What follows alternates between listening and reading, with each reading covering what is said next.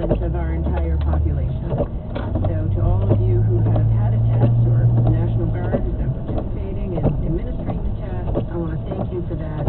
Testing continues to be one of the most effective tools in our toolbox as we fight the virus, and Rhode Island continues to lead the nation in our testing.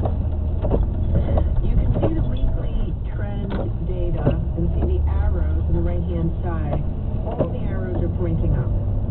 Last week, our percent positive was 2.9%. That's the highest it's been in over 2 months. You'll notice that arrow is yellow. The reason it's yellow is because it reflects a 100% increase over the past 4 weeks. So the past 4 weeks it's been doubling. And by the way, it's continuing to tick up quickly. Last week, we also saw 139 new hospitalizations, including several days with over 20 new hospitalizations, and we have 242 new cases per 100,000.